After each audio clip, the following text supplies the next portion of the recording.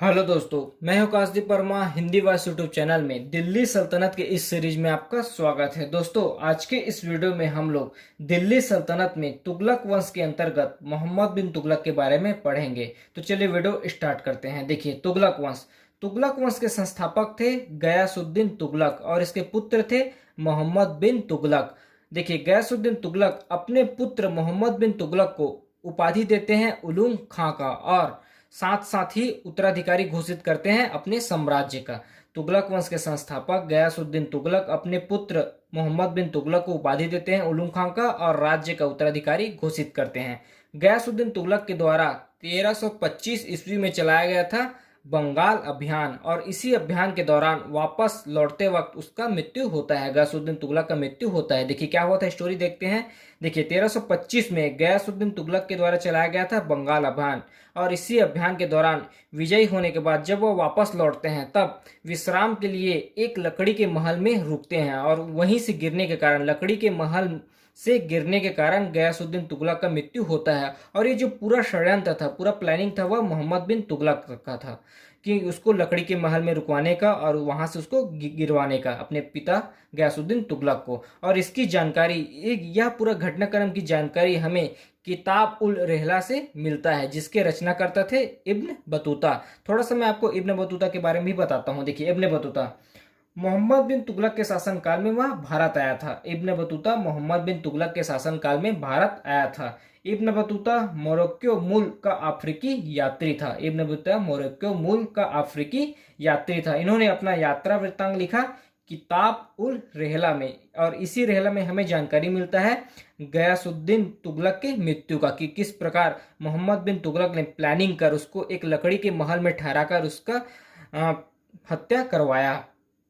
देखिए, Ibn Battuta के द्वारा लिखा गया है उसकी यात्रा वृत्तांत किताब उल रहला। देखिए आगे देखते हैं। मोहम्मद बिन तुगलक ने इब्न बतूता को अपने राज दरबार में काजी नियुक्त किया था। मोहम्मद बिन तुगलक के द्वारा इब्न बतूता को अपने राज दरबार में काजी नियुक्त किया गया था।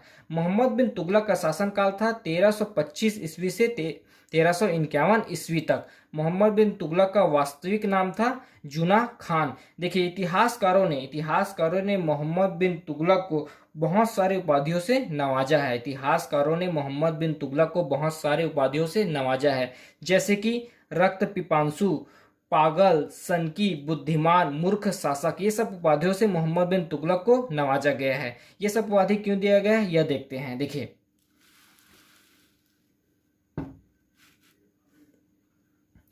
मोहम्मद बिन तुगलक को मूर्ख शासक कहा गया है इतिहासकार जियाउद्दीन बर्नी के द्वारा। देखिए क्यों कहा गया, यह देखते हैं। मोहम्मद बिन तुगलक हिंदुओं के त्योहार में भाग लेते थे। मोहम्मद बिन तुगलक मुख्यतः जैसे कि होली, हिंदुओं के त्योहार में भाग लेते थे और उसकी योजनाओं के कारण उन्हें मूर्ख शासक कहा गया है। देखिए, ज्यादातर जो मुस्लिम इतिहासकार हैं उन्हीं के द्वारा ही मोहम्मद बिन तुगलक को पागल या सनकी शासक कहा गया है, पागल, सनकी या मूर्ख शासक कहा गया है, क्योंकि मोहम्मद बिन तुगलक हिंदुओं के त्योहार में भाग लेता था और उसकी कुछ योजनाओं के कारण भी यह उपाधि उसको दिया गया है। और एक चीज और ध्यान रखिए कि मोहम्मद बिन तुगलक दिल्ली सल्तनत का प्रथम शासक था जो हिंदुओं के त्योहार में भाग लेता था। मोहम्मद बिन तुगलक दिल्ली सल्तनत का प्रथम शासक था जो हिंदुओं के त्योहार में भाग लेता था। मूर्ख शासक की उपाधि मोहम्मद बिन तुगलक को जियाउद्दीन बर्नी के द्वारा दिया गया है। फिर देखते हैं बुद्धिमान शासक। देखिए, बुद्धिमान शासक का उपाधि मोहम्मद बिन तुगलक को डॉक्टर ईश्वरी प्रसाद के अनुसार दिया गया है, जो कि एक इतिहासकार हैं। देखिए,